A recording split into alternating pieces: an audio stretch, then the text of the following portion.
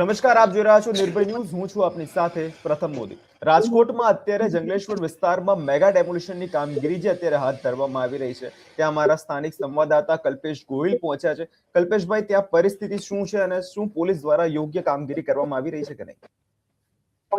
જી, ખાસ વાત કરવા જઈએ તો રાજકોટના જંગલેશ્વર વિસ્તારની અંદર મેગા ડિમોલિશન છે તે હાથ ધરવામાં આવ્યું છે. ખાસ વાત કરવા જઈએ તો આ કદાચ એવું કહી શકાય છે કે સૌરાષ્ટ્રની પરંતુ સમગ્ર સૌરાષ્ટ્રના ઇતિહાસમાં પ્રથમ વખત આવડું મોટું ડિમોલિશન છે તે હાથ ધરવામાં આવ્યું છે. ખાસ આપણી સાથે મહારાજ છે, તેમની સાથે જ સીધી વાત કરીશું. તેમને જ પૂછીશું કે આજે જંગલેશ્વર વિસ્તારની અંદર જે ડિમોલિશન કરવામાં છે તેમાં એક ગંગેશ્વર મંદિર છે, તેનું પણ ડિમોલિશન હાથ ધરવામાં છે, પરંતુ તેને શાસ્ત્રોક્ત વિધિ અનુસાર તેનું ઉત્થાપન કર્યા બાદ તેનું પુનઃ નિર્માણ કરવામાં આવશે, તેની વિધિ આજે કરવામાં આવી હતી. ખાસ મહારાજની સાથે વાત કરીશું. ભરત, શું નામ આપનું ને શું આજ વિધિ? રાજકોટથી શાસ્ત્રી સાગરભાઈ દવે.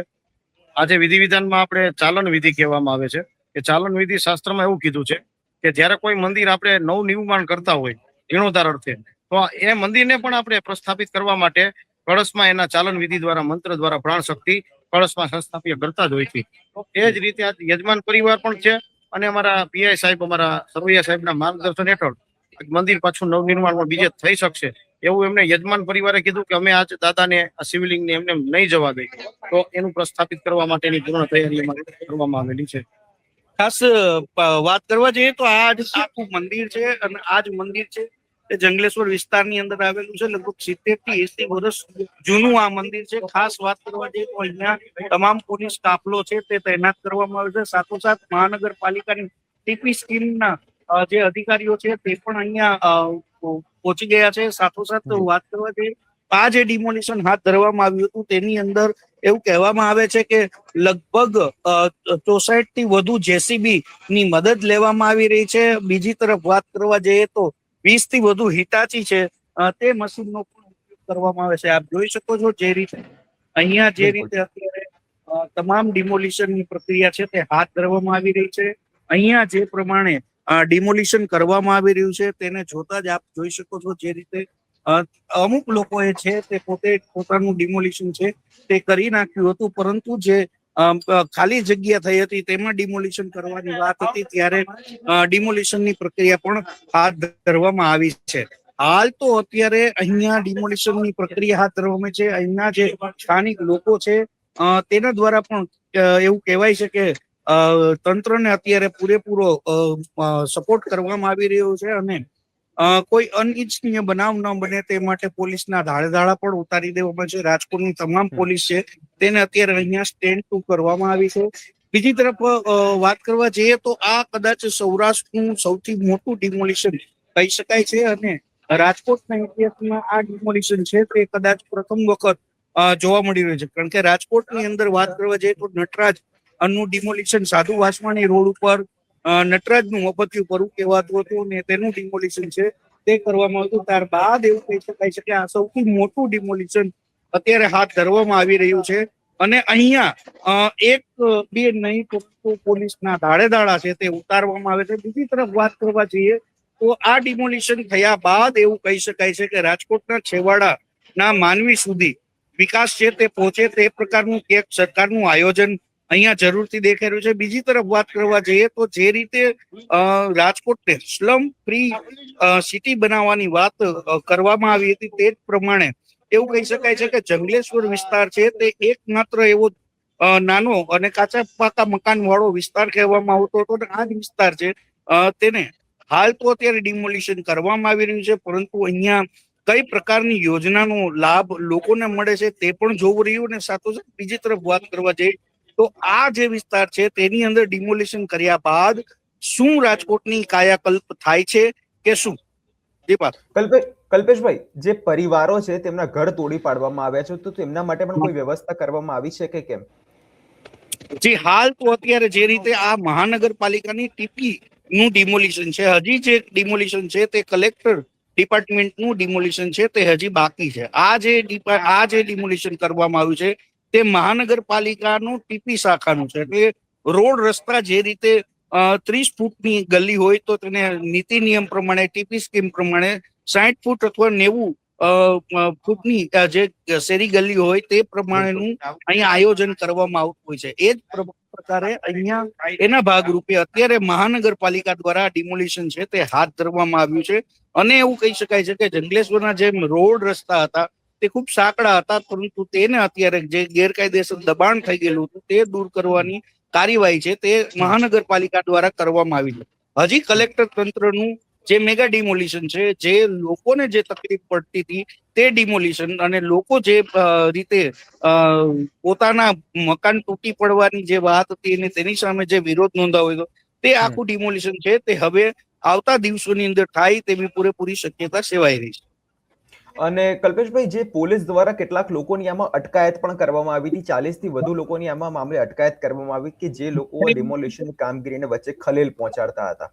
તેમાં શું કહેવું? ખાસ વાત કરવા જઈએ તો જંગલેશ્વર વિસ્તારને એક એવો રાજકોટનો વિસ્તાર કહેવામાં આવતો હતો કે અહીંયા અનેક ગેરકાનૂની પ્રવૃત્તિઓ છે તે હાથ ધરવામાં આવતી હતી. આ પ્રકારની અહીંયા છાપ હતી અને એવા જ અમુક જે લોકો હતા કે જે આ તકલીફ જે આપે એવા હતા તેને પોલીસે અગાઉથી જ અટકાયત કરી લીધી હતી, તેમની ધરપકડ કરવામાં આવી. 40 થી વધુ લોકો જે અટકાયત કરવામાં આવી છે અને તેમને હાલ તો અત્યારે નજરકેદ કર્યા છે અથવા તો તેને પોલીસ કસ્ટડીમાં લઈ લીધા છે, જેથી કરી અને જે રીતે ડિમોલિશન સમયે કોઈ અસામાજિક તત્વો છે તે કોઈ અનિચ્છનીય કૃત્ય ન કરે અને ઘર્ષણ ઊભું ન થાય તે પ્રકારની તમામ પૂરી વ્યવસ્થા કરી અને ત્યારબાદ જ અહીંયા આ ટીપીનું જે ડિમોલિશન છે તે હાથ ધરવામાં આવ્યું. કલ્પેશભાઈ, અમારા દર્શક મિત્રોને ખાલી દ્રશ્ય બતાવો કે જે જગ્યાએ ડિમોલિશન કામગીરી અત્યારે કરવામાં આવી છે. આ અત્યારે આપ દ્રશ્યો જોઈ શકો છો કે જે રીતે ગંગેશ્વર મહાદેવ મંદિર છે તેનું આ ડિમોલિશન અહીંયા કરવામાં આવ્યું છે. સાથોસાથ બીજી તરફ વાત કરવા જઈએ તો અહીંયા આપ જોઈ શકો છો કે જે રીતે દ્વારા ડિમોલિશન છે તે હાથ ધરી દેવામાં આવ્યું છે. તમામ જે મોટા મકાનો હતા, કાચા પાકા મકાનો હતા, તેને અત્યારે તોડી પાડવામાં આવ્યા છે અને રોડ રસ્તા જે હતા તે ખુલ્લા કરી દેવામાં આવ્યા છે. હાલ તો અત્યારે આ ડિમોલિશનની પ્રક્રિયા છે તે હાથ ધરવામાં આવી છે અને આ ડિમોલિશનની પ્રક્રિયા છે તે આવતા દિવસોની અંદર પણ ચાલુ રહે તેવી પૂરેપૂરી શક્યતાઓ છે. શું સ્થાનિકો અત્યારે ત્યાં સહયોગ આપી રહ્યા છે? સ્થાનિકો ત્યાં કેવો માહોલ છે અત્યારે? સ્થાનિકોનું શું કહેવું છે? સ્થાનિકોની વાત કરવા જઈએ તો અહીંયા સ્થાનિક લોકો પણ ઘણા બધા અહીંયા એકઠા થયા છે અને સ્થાનિકોની સાથે જો વાત કરીએ તો સ્થાનિક ની વાત કરીએ તો આ જે ડિમોલિશન હાથ ધરવામાં આવ્યું છે અત્યારે આ ડિમોલિશન હાથ ધરવામાં આવ્યું છે ત્યારથી તમામ લોકો અહીંયા હાજર રહ્યા છે અને આપના તરફથી શું વાત કરવાની? બધી જાતના જવાબ.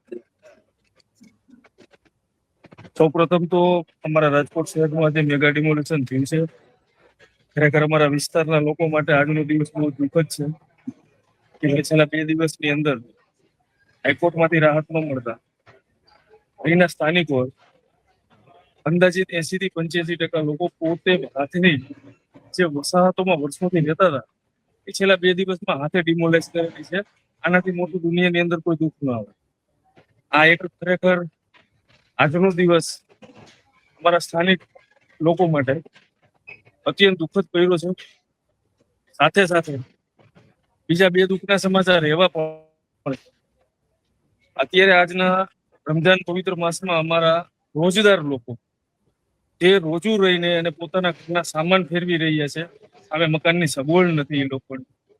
એના સિવાય 10મા 12મા ના વિદ્યાર્થી બાળકો જે અત્યારે આ ડિમોલેશન થાય છે એની અંદર 5,500 થી 6,000 બાળકો પ્રભાવિત થયા છે કે જે લોકોને અત્યારે પોતાની સ્કૂલ કોઈકને 10 કિલોમીટર, કોઈકને 15 કિલોમીટર, કોઈકને 20 કિલોમીટર ને કોઈકને બારગામ પણ જવું પડ્યું.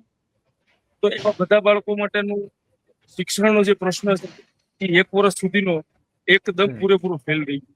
જે સારા ભણવામાં બાળકો હતા એ લોકોની પરિસ્થિતિ અત્યારે ભણતરની બાબતને લઈને એટલી ચિંતામાં છે કે એ બાળકો પોતે એટલા ડિપ્રેસ થઈ ગયા છે કે હવે અમારે શું કરવું. હાલનો માહોલ તંત્રની કામગીરી કરી છે એ ઠીક છે, એની સામે અમને એવો કોઈ અંગત પ્રશ્ન નથી, પણ ખરેખર મારી દ્રષ્ટિએ એક સ્થાનિક તરીકે અમારી હજી આગામી દિવસોમાં પણ એવી જ માંગણી છે કે તંત્ર દ્વારા રિહેબિલિટેશન માટે જો કોઈ વ્યવસ્થા થાય તો તો એ કરાવી આપે એવી ખાસ વિનંતી.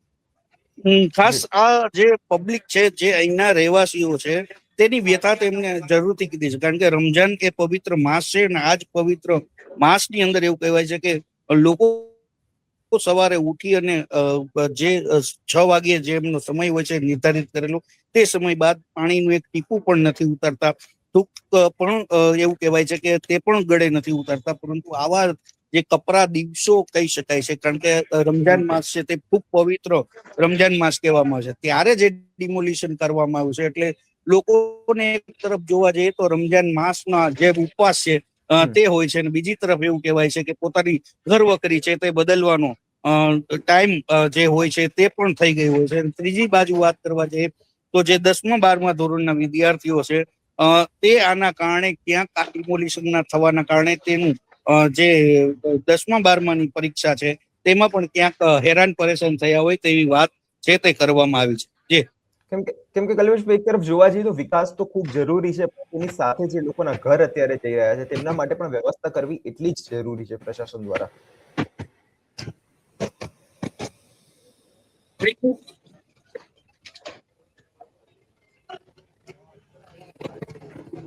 કલ્પેશભાઈ,